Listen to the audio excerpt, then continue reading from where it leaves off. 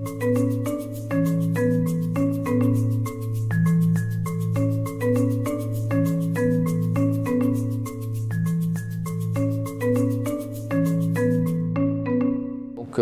allons nous occuper d'une patiente de 85 ans qui présente une altération de l'état général et des douleurs épigastriques depuis environ 3 mois, avec une irradiation dans le dos et une perte de poids, une perte d'appétit. Donc cette patiente a eu un scanner abdominal qu'on peut voir ici, qui montre une tumeur, une masse qui est développée au niveau du pancréas, au niveau de la queue du pancréas, et qui est tout à fait à proximité des gros vaisseaux artériels, en particulier du vaisseau qu'on appelle le tronc cœliaque. Cette patiente a un terrain fragile puisqu'elle a une insuffisance cardiaque et elle est traitée par des anticoagulants pour des troubles du rythme cardiaque.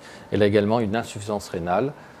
Ce qui fait que ce scanner a été effectué d'ailleurs sans injection de produits de contraste et la lésion ici est très mal délimitée, mais on peut la visualiser.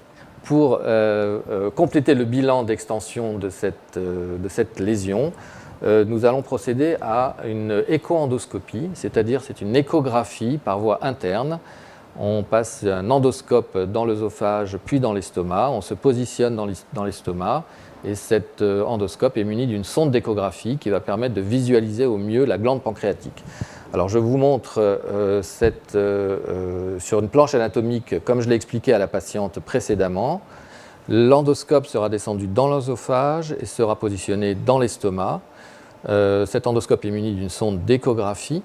Et vous pouvez voir ici que le pancréas se trouve à la face postérieure de l'estomac que nous allons visualiser en tournant l'image. Vous voyez ici en fait que la lésion est située au niveau de la queue du pancréas.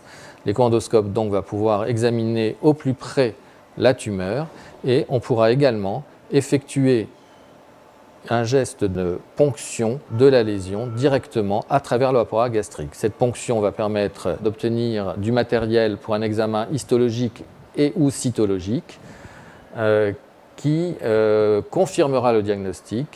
Et cette confirmation diagnostique est impérative pour la décision thérapeutique. Donc nous allons procéder à l'écho-endoscopie. Voici l'écho-endoscope. Donc c'est un endoscope muni d'une sonde d'échographie à son extrémité. Donc on introduit l'écho-endoscope par la bouche de la patiente et on se dirige avec la vision endoscopique qu'on peut voir ici. Donc on arrive ici dans l'estomac.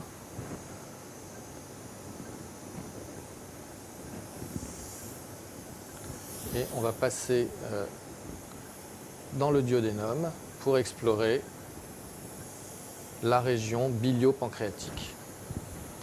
Une fois qu'on est dans le duodénum, on explore la région bilio-pancréatique sur l'échographe. Donc là, on se trouve dans l'estomac. On peut visualiser la lésion Il s'agit d'une tumeur solide de grande taille qui est un peu plus sombre que le reste du pancréas et qui, on peut le confirmer sur cet examen, envahit le plus gros vaisseau qui se trouve à proximité, qu'on appelle le tronc cœliaque. Donc il l'englobe de façon circonférentielle et ça c'est un critère d'un état localement avancé de la tumeur. Voilà, donc on a fait le bilan d'extension loco-régionale avec l'appareil qui permet de faire l'appareil diagnostique. Et donc on va changer d'appareil pour effectuer la ponction guidée par l'écho-endoscopie par voie transgastrique, donc à travers la paroi de l'estomac. Donc là j'utilise un appareil linéaire qui va permettre de faire passer l'aiguille à ponction et la faire sortir à son embout. Donc nous allons introduire l'aiguille dans le canal opérateur de l'endoscope.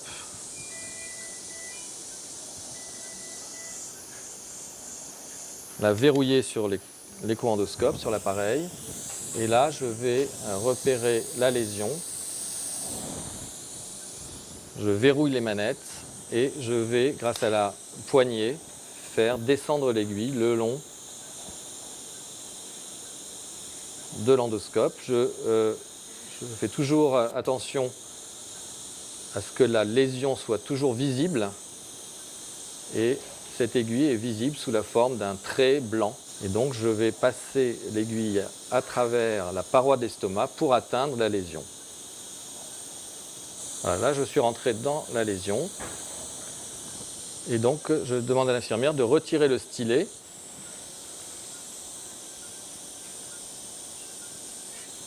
Et on va placer sur l'aiguille une seringue. Voilà, donc la seringue est positionnée sur l'aiguille. On va ouvrir la seringue. Et là, on va commencer à faire des allers-retours, des va-et-vient au sein de la lésion. Donc vous voyez, avec la poignée, je pratique ces va-et-vient en essayant de changer la direction pour ne pas ponctionner toujours au même endroit. Ensuite, on va fermer et la ressortir.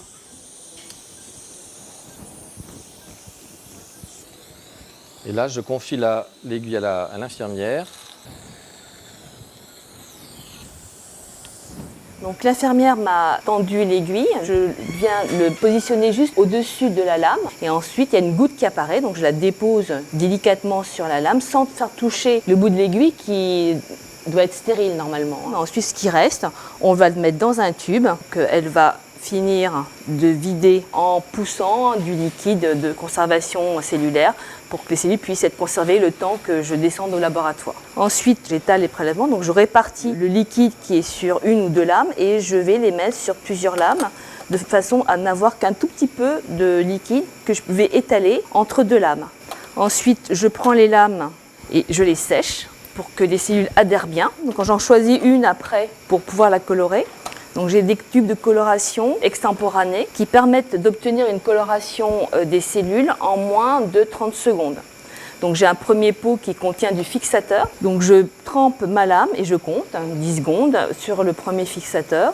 Je passe ensuite dans un autre colorateur qui est rose et donc qui contient de façon prédominante de l'éosine et qui va permettre de colorer les cytoplasmes. Je tamponne pour éponger un peu le colorant. Et ensuite, je passe dans le troisième colorateur qui, lui, est un colorant bleu, qui est donc basique et qui va permettre de colorer les noyaux. Donc ce colorant est un tout petit peu plus long, il faut compter entre 15 et 20 secondes. Je l'essuie et après, je la regarde au microscope.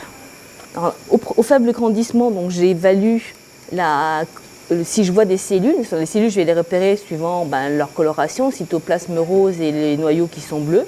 Donc, du premier coup, on peut s'apercevoir qu'on a du matériel. J'ai des cellules effectivement qui sont cohésives.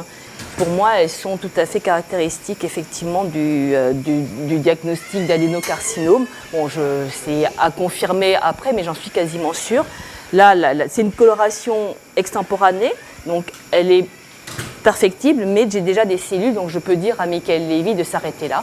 Pour conclure, l'écho-endoscopie a montré que la tumeur de cette patiente était localement avancée et donc, de ce fait, la patiente ne relève pas d'un traitement chirurgical. Par ailleurs, l'examen cytologique extemporané, qui, je rappelle, n'est pas un examen de routine, a été particulièrement bénéfique pour la patiente puisqu'il a permis de raccourcir la procédure, mais surtout de confirmer le diagnostic en salle d'endoscopie, le diagnostic de cancer. Et donc la patiente sera adressée rapidement à l'équipe d'oncologie médicale pour sa prise en charge ultérieure.